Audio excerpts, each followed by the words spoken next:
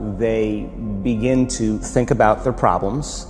Those problems are circuits of memories in the brain.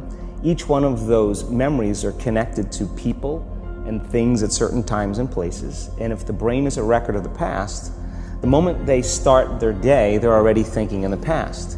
Each one of those memories has an emotion. Emotions are the end product of past experiences. So the moment they recall those memories of their problems, they all of a sudden feel unhappy, they feel sad, they feel pain. Now, how you think and how you feel creates your state of being. So the person's entire state of being when they start their day is in the past.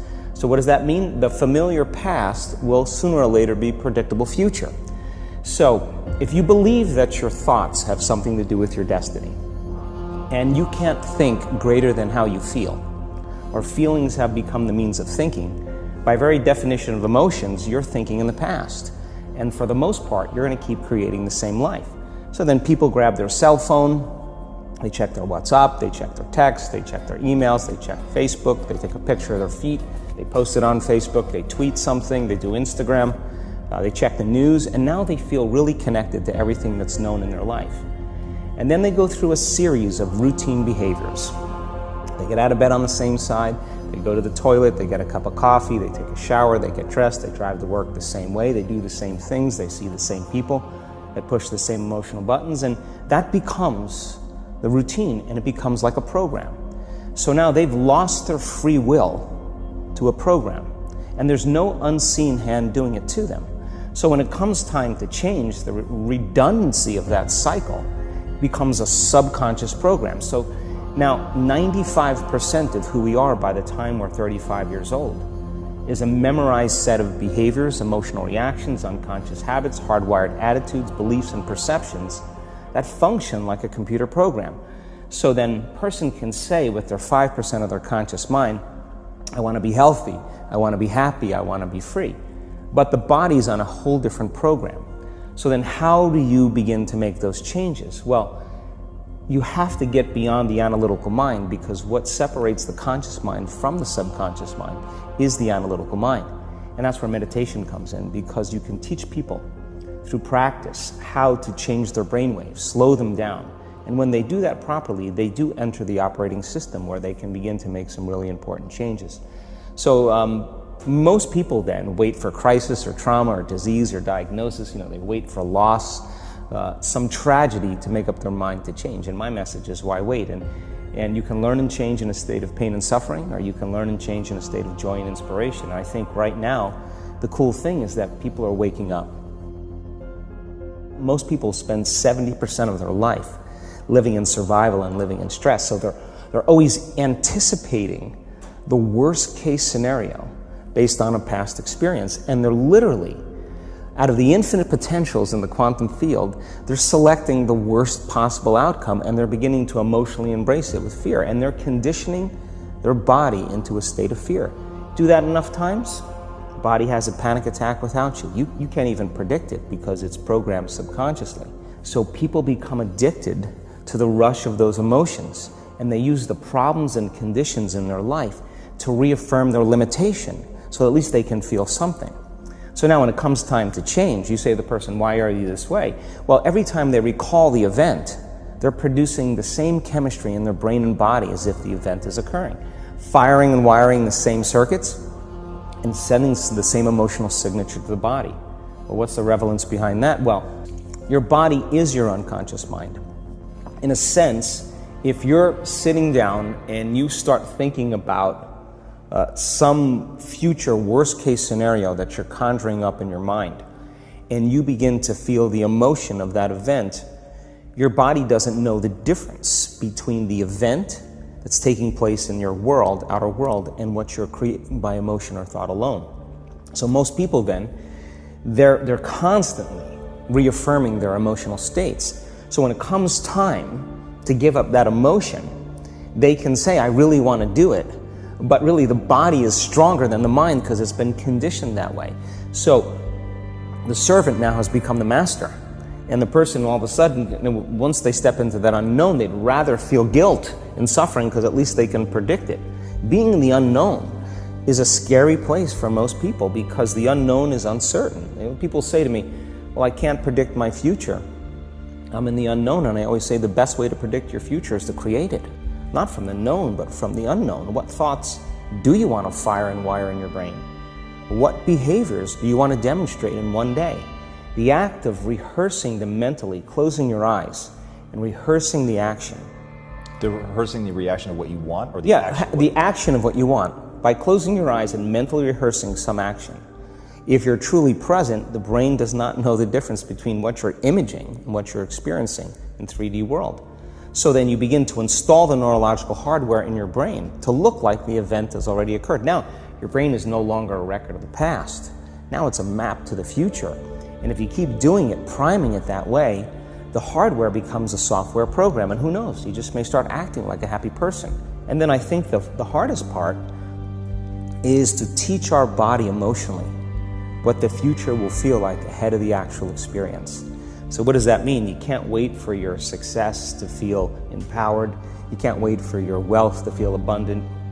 You can't wait for your new relationship to feel love, or your healing to feel whole. I mean, that's the old model of reality, of cause and effect, you know, waiting for something outside of us to change how we feel inside of us. And when we feel better inside of us, we pay attention to whoever or whatever caused it. But what that means then is that from the Newtonian world is that most people spend their whole life living in lack, waiting for something to change out there. What do you mean the Newtonian world? The Newtonian world is all about the predictable. It's all about predicting the future. But the quantum model of reality is about causing an effect. The moment you start feeling abundant and worthy, you are generating wealth. The moment you're empowered and feel it, you're beginning to step towards your success. The moment you start feeling whole, your healing begins. And when you love yourself and you love all of life, you'll create an equal. And now you're causing an effect. And I think that's the difference between living as a victim in your world, saying, I am this way because of this person or that thing or this experience. They made me think and feel this way. When you switch that around, you become a creator of your world, and you start saying, my thinking and my feeling is changing an outcome in my life. And now that's a whole different game, and we start believing more that we're creators of reality. And most people, when they have a thought, they just think that that's the truth. And I think one of my greatest realizations in my own journey was, just because you have a thought doesn't necessarily mean it's true. So if you think 60 to 70,000 thoughts in one day, and we do, and 90% of those thoughts are the same thoughts as the day before, and you believe that your thoughts have something to do with your destiny, your life's not going to change very much, because the same thought leads to the same choice leads to the same behavior creates the same experience, and the same experience produces the same emotion. And so then the act of becoming conscious of this process, to begin to become more aware of how you think, how you act, and how you feel, it's called metacognition. And so then why is that important? Because the more conscious you become of those unconscious states of mind and body, the less likely you're going to go unconscious during the day. And that thought is not going to slip by your awareness unchecked, because it means to know thyself. The word meditation means to become familiar with. So as you become familiar with the thoughts, the behaviors, and the emotions of the old self, you're retiring that old self. As you fire and wire new thoughts and condition the body into a new emotional state, if you do that enough times, it'll begin to become familiar to you. So it's so important, just like a garden. If you're planting a garden, you got to get rid of the weeds. You got to take the plants from the past year and you got to pull them out. The rocks that sift to the top that are like our emotional blocks, they have to be removed. The soil has to be tenderized and broken down. We have to make room to plant a new garden. So primarily, we learn the most about ourselves and others when we're uncomfortable. Because the moment you move into that uncomfortable state, normally a program jumps in. When that program jumps in, it's because the person doesn't want to be in the present moment and engage it consciously. If you're not being defined by a vision of the future, then you're left with the old memories of the past, and you will be predictable in your life. And if you wake up in the morning and you're not being defined by a vision in the future, as you see the same people and you go to the same places and you do the exact same thing at the exact same time, it's no longer that your personality is creating your personal reality. Now your personal reality is affecting or creating your personality.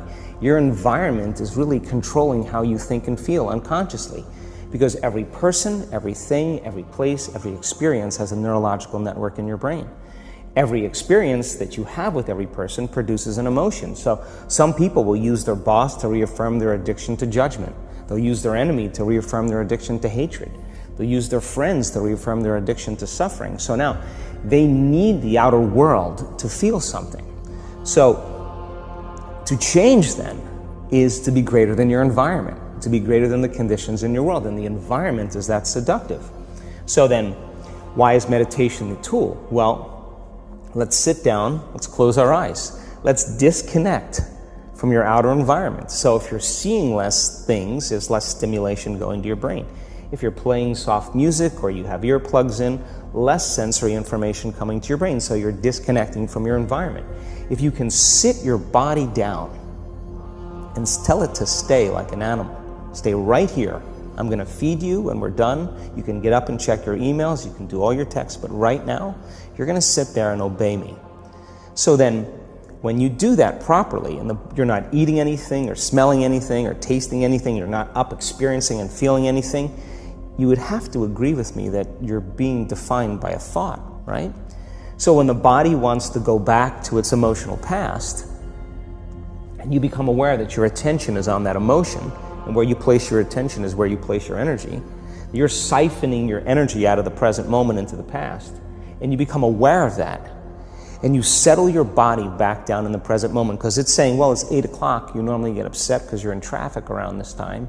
And here you are sitting, and we're used to feeling anger, and you're off schedule. Oh, it's 11 o'clock, and you usually check your emails and judge everybody. Well, the body's looking for that predictable chemical state.